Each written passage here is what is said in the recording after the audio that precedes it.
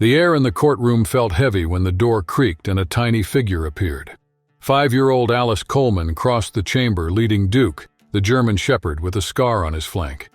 The sound of her little shoes echoed louder than any whisper. Jurors and spectators' eyes followed the girl to the witness stand, her steps cautious yet steady, as if she carried something decisive. From the bench above, Judge Mason Williams leaned forward, searching the child's eyes for the answer that could keep an attacker off the streets for a long time. Alice was the key to the case, the only witness to an attempted kidnapping. Since the attack, though, she hadn't uttered a single word. At the defense table, Christian Jenkins wore practiced calm. 45 years old, a software engineer with an unremarkable face, he was counting on the lack of physical evidence and the child's silence to dismantle the prosecution. His lawyer had prepared the argument that children's memories are too fragile to convict anyone. Then something broke the calm. As she sat down, Alice met Jenkins's gaze for an instant that seemed to stretch time. Right after, her tiny fingers traced an almost invisible sign, minute but loaded with meaning. It was a signal taught during the therapy sessions that preceded the trial. Only 2 beings in the room caught it. Duke, who perked up his ears, and Judge Williams, whose face hardened as he brought the gavel closer to the wood, alert to what would come next. Duke reacted without hesitation. As soon as Alice's fingers trembled in a silent plea for help, the German Shepherd stiffened, ears forward, muscles taut like a drawn bow. A deep growl rumbled in his chest, warning and certainty fused. His amber eyes locked on Jenkins, and a shiver ran through the courtroom. The collective murmur signaled this wasn't just a therapy dog reflex. The air in the courtroom felt heavy when the door creaked and a tiny figure appeared. 5-year-old Alice Coleman crossed the chamber leading Duke, the German Shepherd with a scar on his flank. The sound of her little shoes echoed louder than any whisper. Jurors and spectators' eyes followed the girl to the witness stand, her steps cautious yet steady, as if she carried something decisive. From the bench above, Judge Mason Williams leaned forward, searching the child's eyes for the answer that could keep an attacker off the streets for a long time. Alice was the key to the case, the only witness to an attempted kidnapping. Since the attack, though, she hadn't uttered a single word. At the defense table, Christian Jenkins wore practiced calm. 45 years old, a software engineer with an unremarkable face, he was counting on the lack of physical evidence and the child's silence to dismantle the prosecution. His lawyer had prepared the argument that children's memories are too fragile to convict anyone. Then something broke the calm. As she sat down, Alice met Jenkins's gaze for an instant that seemed to stretch time. Right after, her tiny fingers traced an almost invisible sign, minute but loaded with meaning. It was a signal taught during the therapy sessions that preceded the trial. Only 2 beings in the room caught it. Duke, who perked up his ears, and Judge Williams, whose face hardened as he brought the gavel closer to the wood, alert to what would come next. Duke reacted without hesitation. As soon as Alice's fingers trembled in a silent plea for help, the German Shepherd stiffened, ears forward, muscles taut like a drawn bow. A deep growl rumbled in his chest, warning and certainty fused. His amber eyes locked on Jenkins, and a shiver ran through the courtroom. The collective murmur signaled this wasn't just a therapy dog reflex. "She knows," he let slip in a thread of voice. Graves raised an eyebrow. "What?" "Nothing," Jenkins shot back, forcing a brief smile. Inside, though, his mind spun. That damn Duke. He'd never imagined an animal could become the centerpiece of the case, but now he realized the German Shepherd could dismantle the entire strategy. Outside, the bell signaled the end of recess. Judge Williams straightened his robe before returning to the courtroom, guided by the conviction that had always accompanied him. Coincidences are rarely random. If the dog reacted, there's a trail. And where there's a trail, there's truth. For the first time since the trial began, he felt the tide turn. Before panic silenced her voice, Alice Coleman was only 5 and talked as if discovering the world in real time. She told stories without periods, showed every leaf as though it were treasure, asked more questions than the clock held minutes. A picture book, a stuffed animal, or the change in her mother's bedtime voice was enough to turn the bedroom into a castle. That spring afternoon, the backyard looked like a movie set. The smell of freshly cut grass, bands of sunlight crossing the swing of her pink dress. From the kitchen window, Sarah split her gaze between her twirling daughter and the clock that said David would arrive after 5. Dinner? There was still time. The phone broke the rhythm at 3:42 p.m. Her sister's call promised to be quick, and Sarah stepped inside thinking she'd ask about the new job. 4 minutes later, she pushed the door back open to the yard.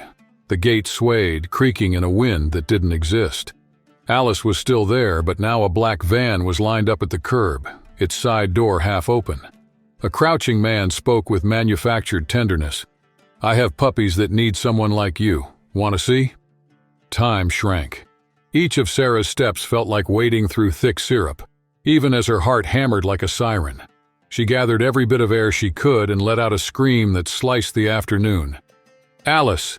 He lifted his head and the smile vanished, replaced by a cold, precise stare. In one quick move, he closed his hand around Alice's arm. The girl froze. She didn't scream or run. She just stared at him with huge eyes, pinned by a fear that nailed her feet to the ground.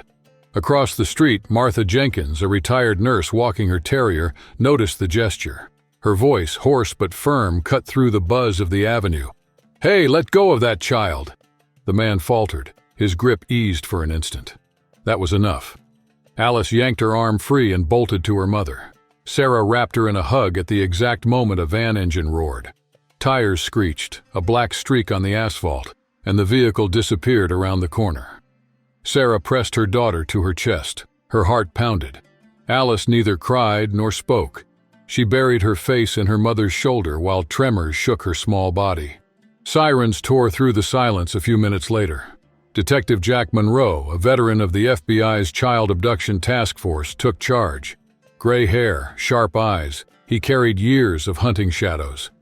"He fits the profile," he muttered, flipping through a worn notebook. 4 children have vanished in the last 18 months, all near home, all lured by the promise of puppies. Lisa Grant crouched until she was at Alice's eye level. Her voice came out low but steady, aware of the urgency in the air. "Can you tell me what he looked like?" Nothing moved. Sarah slid her fingers through her daughter's hair, trying to hide a slight tremor. "It's okay, honey. You're safe here. Do you remember him? Can you tell the lady?" Alice shoved her hands into her mother's sweater. Not a nod, not a sound. Her eyes were far away, as if the room had shrunk around her. Sarah leaned closer, whispering to Grant. "Since I found her, she hasn't spoken. Nothing." Grant nodded, almost to herself. "Selective mutism, shock." In the corner, Detective Monroe rubbed his temples, reliving every wasted second. "Without a statement, all we've got is a man in a black van. That fits any file." Martha Jenkins stepped forward, her notepad clutched to her chest. "I wrote down part of the plate," she announced without hesitation. "It started with YKZ." Monroe looked up. Fatigue gave way to a flash of hope. "Then we've got a place to start." Silence filled the room again, now thick with a different tension. The hope that that first thread, however thin, would lead to the rest of the yarn. In the days that followed the incident, Alice retreated into a hard silence. She left her blocks and crayons and locked herself inside, flinching at every car on the street. Sleep came light. When she finally drifted off, her body jerked in mute nightmares. She never screamed. She swallowed the terror, and the choked sound woke Sarah and David in the middle of the night. Her parents tried stories, mac and cheese, the battered bunny. Nothing reached the girl who seemed to be slipping into a place no one could touch. Exhausted, Sarah whispered in the kitchen. The therapist suggested a support animal, maybe a therapy dog. David ran his hands through his hair as if searching for answers in his scalp. "Do you really think it'll work?" "I don't know," she said. "But I can't just stand by and watch our daughter disappear." The doubt sparked an idea. Alice was silent, but there was someone who could still hear her. His name was Duke. On the overcast morning, they arrived at the Animal Rehabilitation Center. The air smelled of disinfectant and wet fur. The building was so quiet the clock seemed to echo. Near the window, on an orthopedic mat, a German shepherd watched every movement with steady amber eyes. His tail rested. The slight lift of his ears showed full attention. Sarah drew a deeper breath. Maybe this was the bridge back. His name was Duke. For years, he was the pride of the K-9 unit. He could scent danger from afar and act in a blink. Today, though, the scar snaking down his right flank stands out, a reminder of the night everything changed. 3 years ago, during an operation to save a child, Duke leapt at an armed kidnapper. The blade meant for an officer tore his hide, but bleeding, he pinned the man until the team arrived. The wound never healed right. Every step hurt. With no budget for treatment, the department retired him and scheduled euthanasia. That's when Laura Bennett appeared. A veterinarian and psychologist, she runs a therapy dog program for trauma victims. She read the report and saw beyond the limitations. She saw discipline, courage, and a story that could reach wounded kids. She convinced the committee, took him home, and trained him for a new mission. 2 weeks later, in a silent room at the clinic, Sarah Coleman twisted the hem of her skirt. Behind her, Alice, 8 years old, huge eyes, hadn't spoken since the incident. Psychologists had failed, meds had failed. The door opened. Laura came in with Duke, limping slightly, eyes sharp. She knelt so he'd be level with the girl. "Alice," she said softly, "this is Duke. He knows what it's like to face fear. Maybe you two can talk without words." Alice stayed silent.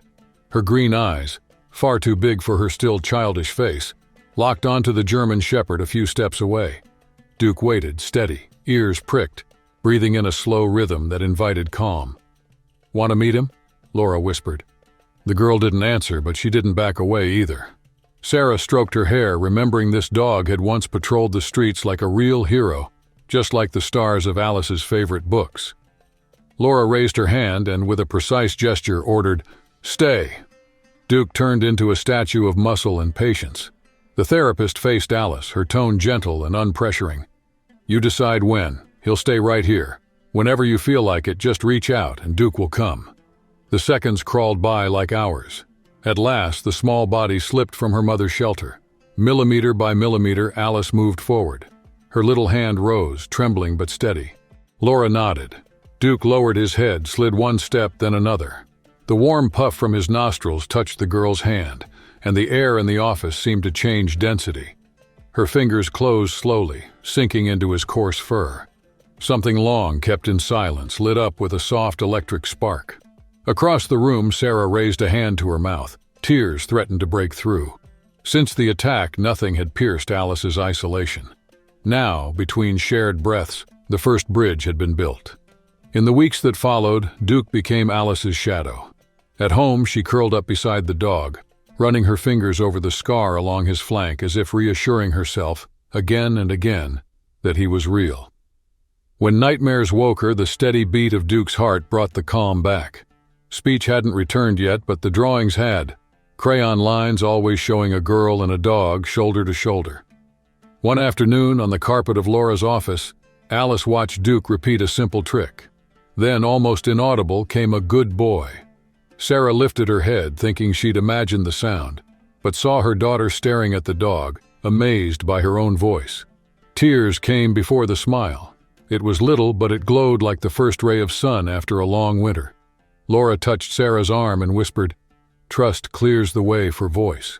Sarah squeezed her hand and breathed deep, vowing to follow that thread of trust wherever it led. That path would carry them to an unthinkable scene, the courtroom where a predator would finally be unmasked. The air, heavy with expectation, seemed to tremble. Reporters, relatives, and onlookers filled every seat, ready for the most talked-about trial in years.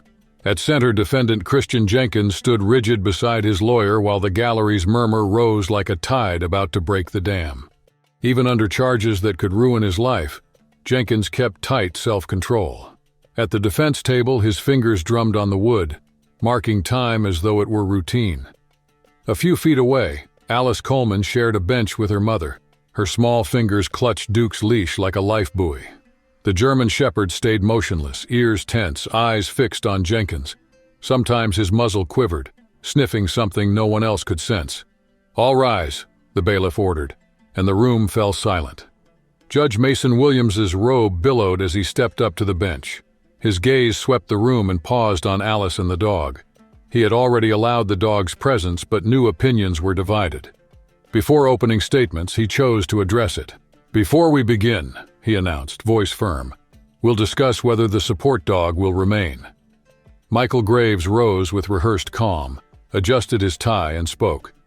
"Your Honor, while we understand the comfort offered to the victim, the sight of a German Shepherd may stir a strong reaction in the jury and jeopardize impartiality. We ask that the animal be removed during testimony." A whisper ran through the rows. Alice didn't loosen the leash. Duke held his stance. Everyone saw that the next battle would be fought not only with evidence, but with symbols powerful enough to sway a jury. As soon as Alice Coleman's name appeared in the record, lead prosecutor Jenna Collins stood, resolute. "Your Honor, Alice is 5 years old, survived a trauma, and has been diagnosed with selective mutism. Duke is her support dog. Without him, taking part in this hearing would be another blow to her health." Judge Williams leaned back, face unreadable, and nodded. "I've read the psychologists' and animal behavior specialists' reports. The dog stays." A murmur swept the courtroom.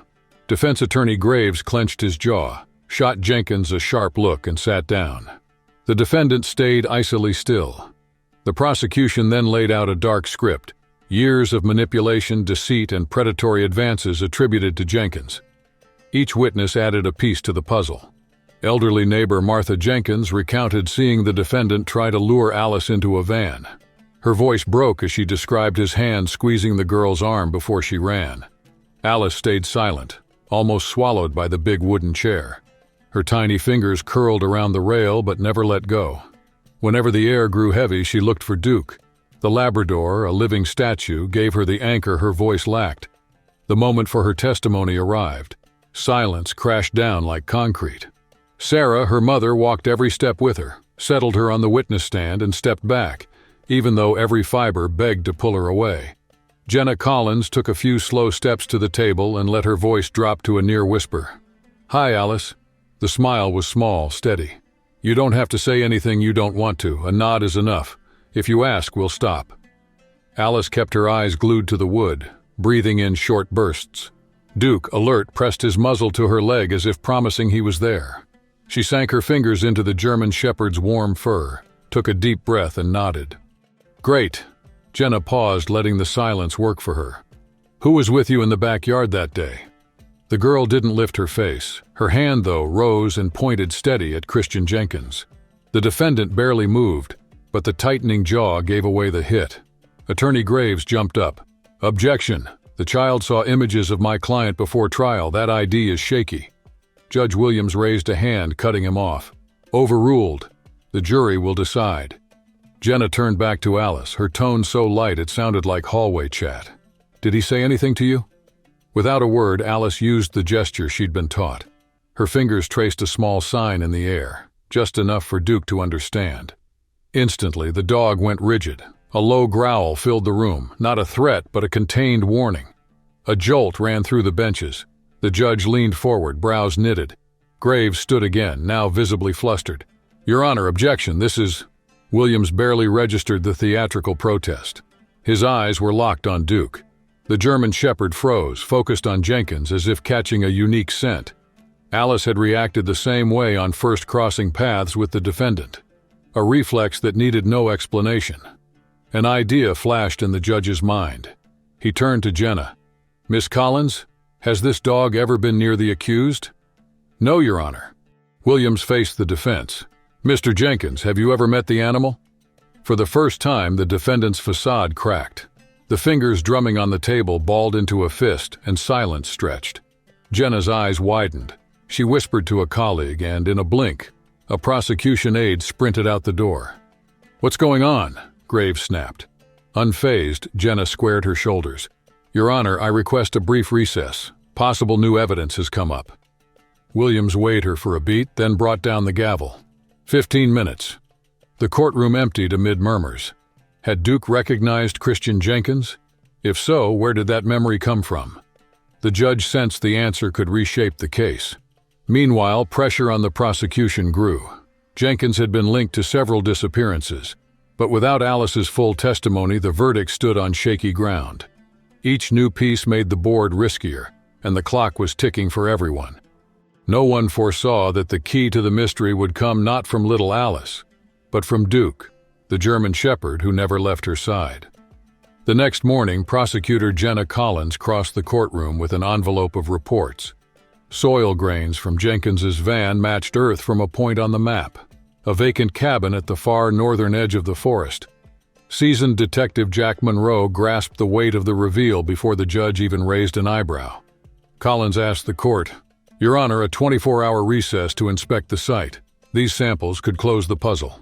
Attorney Michael Graves fired back at once. "Objection. It's a play for time. Dirt is circumstantial." The judge's cold stare silenced him. The gavel fell. "Request granted. 24 hours. Court is adjourned." As the room cleared, Monroe mobilized the team. Duke went along. The contained growl he aimed at Jenkins signaled he smelled something beyond human perception. They followed a dirt road to a clearing where the forgotten cabin seemed to wait. Wind made the trees creak like old ghosts. A film of dust coated the porch, but fresh footprints crossed it toward the back door. Duke reacted first. Ears up, nostrils quivering, body taut, tail rigid. Every muscle warned that under those floorboards something or someone was waiting. Duke paced in circles, wound tight like a coiled spring, growling so the sound bounced off the porch boards. Monroe felt the hair on the back of his neck stand up. "Something's wrong," he whispered, keeping the carabiner clipped to the leash. 4 agents slipped through the doorway, rifles up. Inside, everything looked abandoned. A worm-eaten table, a crooked cot, piles of empty cans. But that emptiness was just a front. Spotting an uneven gap in the floor, Monroe crouched and drummed on a plank, hollow, giving away a hidden space. Seconds later, the boards were ripped up, exposing a wooden staircase that snaked into darkness. The cold breath rising from the hole smelled of damp and urgency. One by one, they went down. Flashlight beams painted childlike scenes that didn't belong down there. A one-eyed teddy bear, tiny shoes, a pink backpack gone almost gray. In the back, chained short, a little girl crouched. Emma Williams, 8, missing for half a year. Her pale face lifted, recognizing the hope on those uniforms. Cracked lips fought to make a sound. "Help," slipped out in a fragile whisper. Duke reacted first. He tugged the leash, whimpered, and lay beside her, as if saying the danger stopped here. The guns lowered, but the team's pulse spiked. Someone had built a perfect cage under an abandoned cabin, and that someone could be back any minute. Monroe burst forward, dragging the chains until the padlock popped. In one quick motion, he scooped Emma up and pulled her into a firm hug. "It's okay, you're safe now," he murmured, feeling the tremor running through the girl. The rescue ended there, but the echo of terror still rattled in Emma's short breaths. Hours later, the case blew up in court. The room packed out. Reporters jostled while Prosecutor Collins sorted her folders. When the judge admitted the new evidence, soil from the cabin matched to the defendant's car. A buzz rippled through the gallery. "Mr. Jenkins," Collins called, punching every syllable. "How do you explain a child chained in a basement on property linked to you?" The question cracked Christian Jenkins's mask. The businessman bit his lip, eyes searching for an escape. I don't know what you're talking about," he stammered. Collins didn't back off. She laid out the DNA on the chains, the identical tire tracks, Emma alive and ready to testify. Each fact tightened the trap. The silence that followed felt physical. Jenkins grabbed the edge of the table, sweat sliding down his temples. Then Duke, the German shepherd, rose beside Alice. The dog padded over to the defendant, sniffing the air, tail stiff. He stopped in front of him, eyes locked as if recognizing an old scent. Jenkins's slight shiver was caught by every lens in the room. In that instant, the accusation took on a living canine form, shredding the defense. "I need to change my statement." Christian Jenkins's voice barely reached the microphones. A murmur ran through the crowd. Judge Williams lifted his eyebrows and brought down the gavel. "Mr. Jenkins, do you confirm you intend to plead guilty?" Suspended seconds passed. Then came the answer. "Yes." With that word, years of investigation found their closure. The case that had dominated newscasts wrapped up, and the country held its breath as the verdict rang out. Life in prison, no parole. The defendant's face stayed rigid, but in the front rows something bigger moved. Alice, 5, sitting between her parents, hid her hands in her sleeves. She hadn't spoken a word since the abduction. Next to her, Duke, the rescue shepherd, stood steady, tail tapping the polished floor. When the judge finished the sentence, The dog nudged the girl's knee with his rough nose. The cameras missed it, but everyone there felt it. Alice leaned in, cupped Duke's muzzle, and whispered, "Thank you." Her parents' tears flowed. Duke wagged his tail hard as if sweeping the weight from the room. Not all heroes wear robes or badges. Some wear collars and carry in their eyes the certainty that, even in the darkest places, hope can still breathe.